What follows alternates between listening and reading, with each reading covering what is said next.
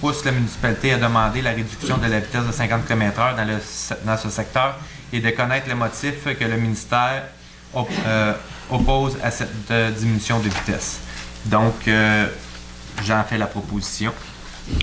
Tout le monde est d'accord? Oui. Point 23. 23, pour comprendre un peu ce qu'il y a la question ici, il faut faire un petit recul dans le temps.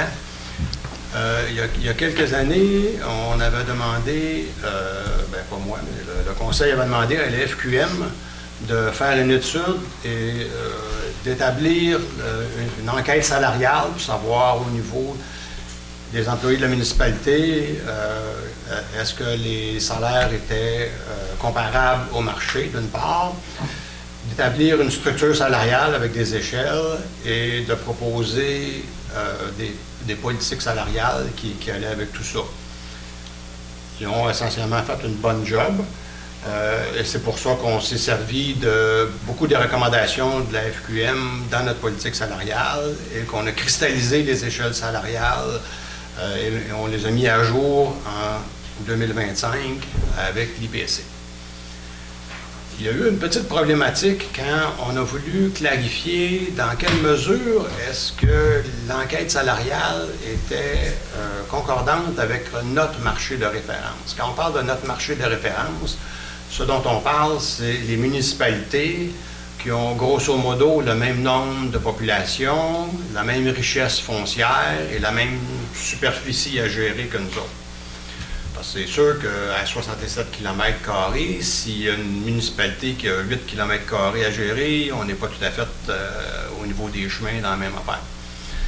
Alors, quand on a demandé des renseignements supplémentaires à l'FQM, leur réponse a été on ne peut pas rien vous dire. C'est parfaitement leur droit de faire ça. Ils ont le droit d'insister sur la confidentialité des renseignements. Et souvent, dans les enquêtes salariales, c'est une des conditions de participation des participants, en fait. On a beau essayer de toutes les façons possibles et imaginables de soutirer combien il y en a, où ils sont. Ils n'ont jamais voulu rien savoir de nous donner l'information là-dessus. Alors ça a créé des petits points d'interrogation au niveau de la validité de leur échantillon pour notre structure salariale. Depuis ce temps-là, on a appris que l'Union des municipalités du Québec, elle aussi, elle a une banque de données au niveau des salaires des municipalités, des employés municipaux. Et ce qu'eux autres permettent de faire, c'est de cibler d'une façon plus précise notre marché de référence et d'aller chercher de l'information sur des municipalités qui sont plus dans notre marché de référence. Donc, on va pouvoir plus facilement valider nos échelles salariales. On ne dit pas que nos échelles ne sont pas bonnes, là. On peut juste dire qu'on va pouvoir avoir, dans le fond, une deuxième opinion sur la validité des échelles. Et c'est le sens de la proposition précédente qui demandait à M. Beaupré dans le fond, de faire des démarches par rapport à ça. Alors, l'UMQ, pour faire ça, il faut faire deux choses. Il faut adhérer à l'Union des municipalités du Québec. Et ça représente un montant de 907 $ par année. Et il faut adhérer aussi à ce qu'ils appellent, eux autres, le carrefour du capital humain. C'est leur banque de données et l'ensemble des services qu'ils offrent aux municipalités. Et ça, c'est pour un montant de 1 911 par année. Et je fais cette proposition-là. Tout le monde est d'accord? Oui.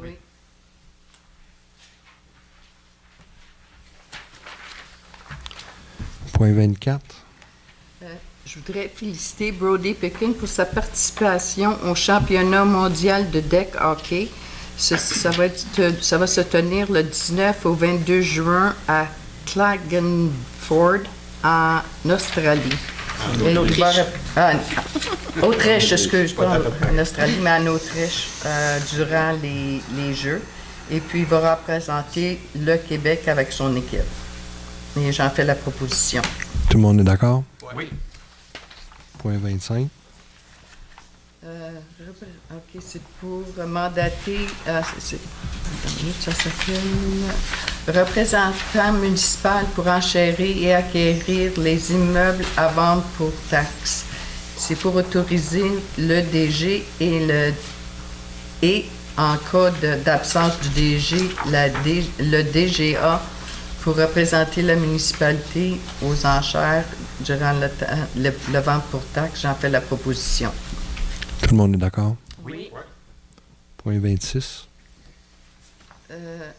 Approbation de la liste de toute personne endettée envers la municipalité pour taxes municipales. Et la liste est ici et on propose que la liste soit remise à la MRC. J'en fais la proposition. Tout le monde est d'accord? Oui. Point 27. C'est autoriser la signature de convention avec la MRC pour sa non-responsabilité au dossier de vente pour taxe et d'autoriser le DG ou le DG Trésorier à signer au nom de la municipalité une convention avec la municipalité régionale de comté de Memphremagog pour la dégager ainsi. C'est, mon Dieu, pas de lunettes, ça paraît. Toute responsabilité dans la vente pour non-paiement de taxes des immeubles mentionnés ou inscrits dans la liste convention dont la résolution 2025.03 en fait partie intégrante. J'en fais la proposition. C'est DG adjoint. Oui, DG adjoint. Tout le monde est d'accord? Oui. Donc, le point 28, adjudication du contrat de balayage des rues asphaltées. Donc, on a eu deux soumissions. Les entreprises Breton à 185 et les entreprises Miroir. Donc, nous allons prendre les entreprises Miroir à 163 J'en fais la proposition. Tout le monde est d'accord? Oui. Ensuite de ça, c'est l'adjudication. Point 29. Point 29. L'adjudication du contrat de débroussaillage des fossés. On a eu encore deux soumissions. On a eu les débroussailleurs GSL Inc. à un montant de 150 de l'heure. Et on a eu le numéro à compagnie 9231-9235 Québec Inc. qui était à un montant de 170 $. Donc, nous allons y aller avec les débroussailleurs GSL Incorporé. J'en fais la proposition. Tout le monde est d'accord? Oui. Point 30. L'adjudication du contrat de fauchage de bord de chemin. On a eu encore deux soumissions. Les débroussailleurs GSL Inc. à un montant de 105 $ de l'heure. Et on a eu la compagnie 9231-9235 Québec Inc. à un montant de 7400 $. Lui, c'est un forfait tout inclus. Là, il n'est pas à l'heure. Nous, on va y aller avec le forfait à l'heure avec les débroussailleurs GSL Inc. Donc, j'en fais la proposition. Tout le monde est d'accord? Oui. Point 31. Avez-vous des questions? Des questions.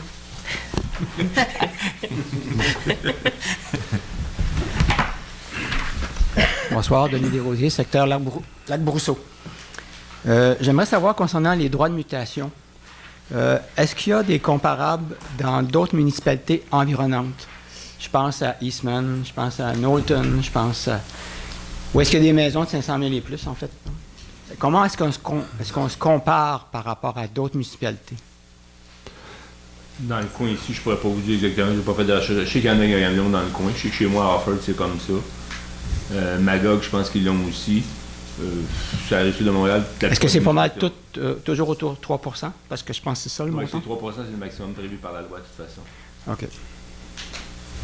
Il y a beaucoup plusieurs municipalités. Je ne pourrais pas tout vous les dire, mais il y a plusieurs municipalités qui ont embarqué là-dedans parce que c'est une façon d'aller chercher des revenus quand même considérables. Oui.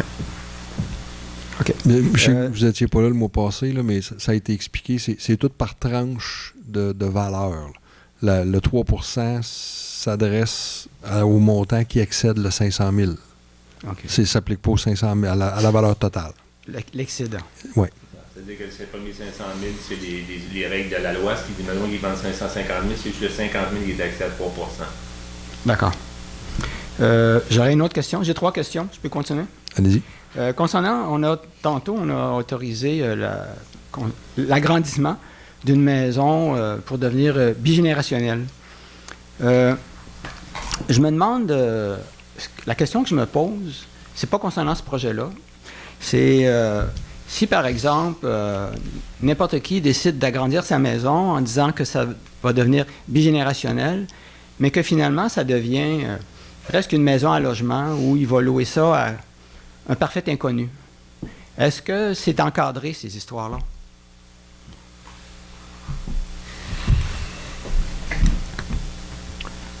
Là, je suis embêté de vous répondre là, parce qu'il y a tellement de termes là-dedans, là, bigénérationnel, intergénérationnel, et je suis embêté de vous répondre.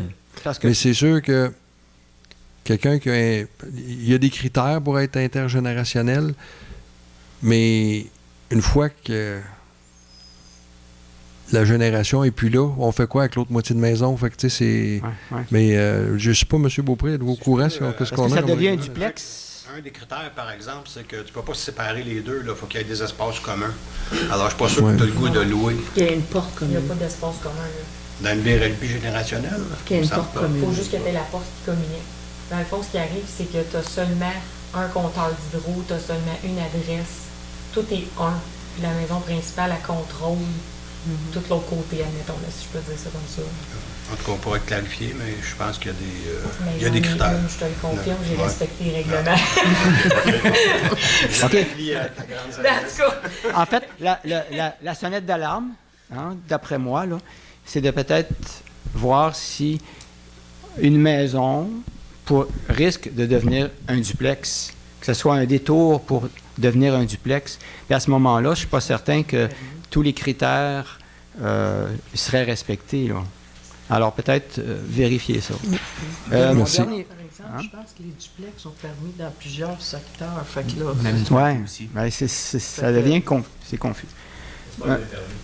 Ouais, ben, Il faut demander un permis quand que tu veux le transformer. Il va falloir que le résident redemande un nouveau permis pour faire changer l'utilisation de la maison. Elle ne sera plus Ouais, c'est ça. générationnelle, elle va tomber duplex. Duplex. Ça prend une nouvelle. Il la laisse. On va aller chercher le sucre. Mon dernier point, c'est court, mais c'est concernant le point numéro 15, à l'adoption de la politique de gestion des ressources humaines. J'aimerais souligner des explications très, très intéressantes et très claires d'André. Je trouve ça bien de nous faire part de ça. Et puis, je trouve ça bien plutôt que d'arriver, le règlement numéro 2492-2004, je suggère de l'adopter. Mais ça ne nous dit rien, nous autres. Alors que quand on a des explications de la sorte, aussi bien rendues, même si c'est un résumé, c'est vraiment très bien. Merci beaucoup. Merci. François Bien. Je vais renchérir sur ça. Là. Je dis, effectivement, la nouvelle politique, faire le ménage dans la politique là, du personnel et comment c'est géré, etc., là, c'était quelque chose qui était vraiment dû, là, enlever toutes les ambiguïtés. Là. Fait que félicitations, c'est vraiment un bon travail qui a été effectué là, par les gens qui ont participé à ça. Première question, je m'excuse de gosser puis de revenir là-dessus, là, mais le fameux point numéro 9, là, le fameux garage de côté, c'est parce que c'est un peu ambigu à ce que la réponse que j'ai eue tantôt. On a mentionné là, que je pourrais avoir un autre garage, mais il fallait que ma maison devienne bigénération, si je comprends bien. On n'a pas dit non, ça. c'est ça, là. Tantôt, On a- il y a le mot bigénération Ouais. qui est sorti avec ça. Mais là, C'est un exemple. ça, c'est pas un projet de bigénération. là. Non. C'est juste un projet de garage ordinaire. Exact. Merci, je voulais juste être bien sûr de ça. Dernière question, surprenante, j'en ai pas beaucoup ce soir. Le site Internet. Moi, ce soir, j'étais pressé parce que j'ai travaillé dans le bois toute la journée, puis j'essayais de trouver l'ordre du jour. Là, puis j'ai tapé dans le moteur de recherche « ordre du jour ». Ça m'a donné, excuse l'expression, mais SFF, rien, absolument rien. Là, je veux dire, il sert à quoi cette espèce de moteur de recherche-là avec le petit point d'interrogation là, ou la loupe? Là? J'ai cherché souvent dans ça, mais j'ai jamais rien trouvé. tu poses pas la bonne question. C'est ça. Allez voir, parce que comme ça, je l'ai trouvé, moi. C'est vrai, félicitations, parce que moi, je ne l'ai vraiment pas trouvé. J'étais pressé, là, je m'en venais ici, là, mais... La prochaine fois, Marc cherche explication. ben, la prochaine fois, je vais venir voir le DG directement. Ouais, aide. Si on tape ordre du jour dans ça, là, c'est peut-être mon ordinateur qui ne marche pas. Il faut que je m'upgrade.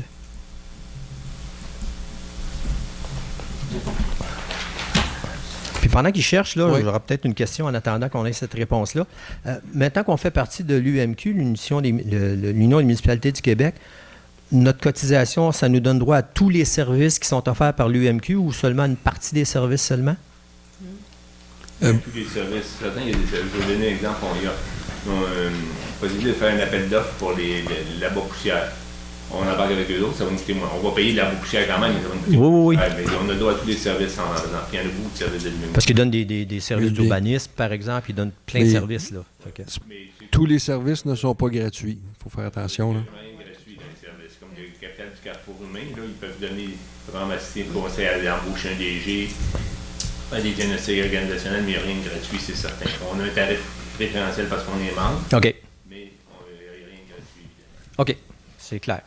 Donc, est-ce que vous avez trouvé, mais finalement, mon affaire? François, je veux juste te mentionner, tu sais, quand tu arrives sur le portail, c'est parce Oui. que tu cliques sur voir tous les nouvelles. Et puis, juste Voir là, quoi? Juste en dessous, descends, Jean-Marie, descends pour aller plus bas. Puis là, automatique, on voit juste 3. Tu cliques sur voir tous les nouvelles parce qu'on peut pas toutes voir les nouvelles là, dans un. Là, pouf, il va être le quatrième. C'est tout. Tapez hors d'ici, là.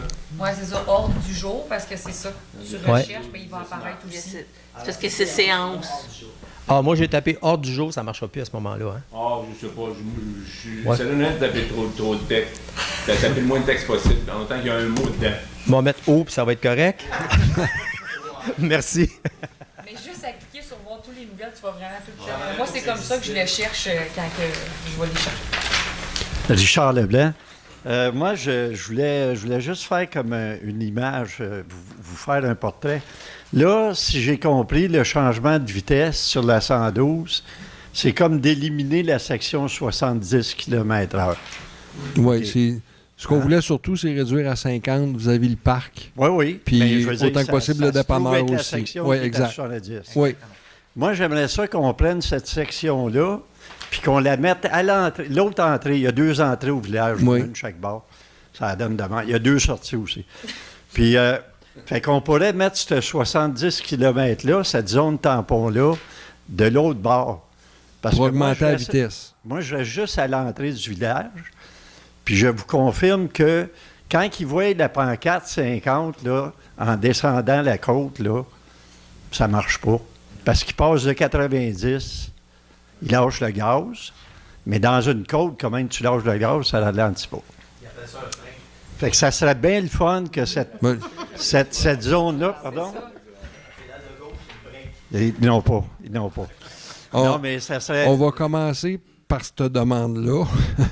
Attendons de voir quelle sorte de réponse Non, on mais va c'est parce avoir. qu'on pourrait garder pancarte 70. On jette rien à la municipalité. OK.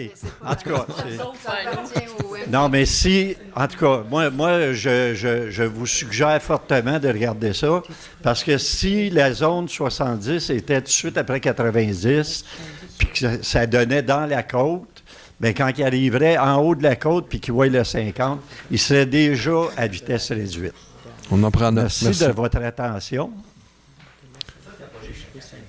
Oui, mais c'est ça, j'allais dire, ça va couper les. Ouais, le ça va quota de la couper les police. vies, là, à la police, là. Ils font tout leur argent, là. Ah oui, mais c'est le poignet. Là, tu collabores pas avec la police, là, Richard. Est-ce qu'il y a d'autres questions? Avez-vous d'autres questions? Avant de terminer, moi, j'aimerais remercier M. L'Espérance pour tout le travail qu'il a fait au niveau de la gestion de la politique des ressources humaines, ainsi que M. Beaupré. Ils ont beaucoup travaillé là-dessus, là, puis merci beaucoup. Très beau travail.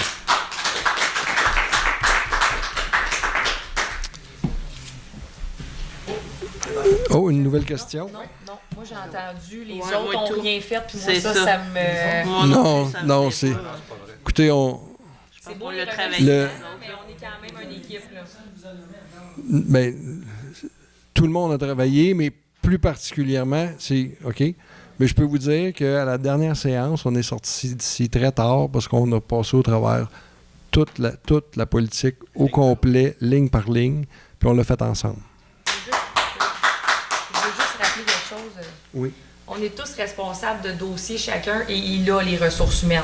Donc, c'est normal que c'est lui qui a travaillé plus fort, mais ça reste qu'on est une équipe. Je vais prendre l'exemple avec moi, l'environnement, je m'occupe de l'environnement, mais quand j'amène les choses, tout le conseil va travailler là-dessus. Juste parce que c'est un petit peu insultant d'entendre ça.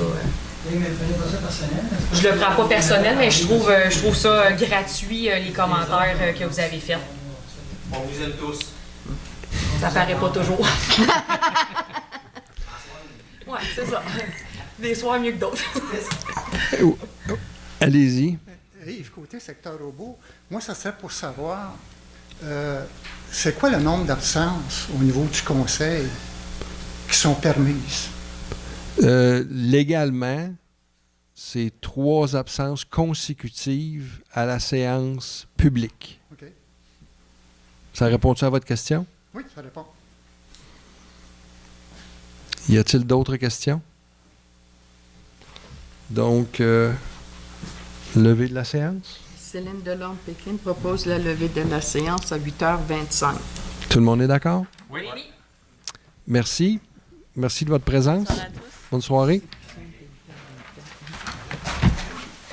Attention à vos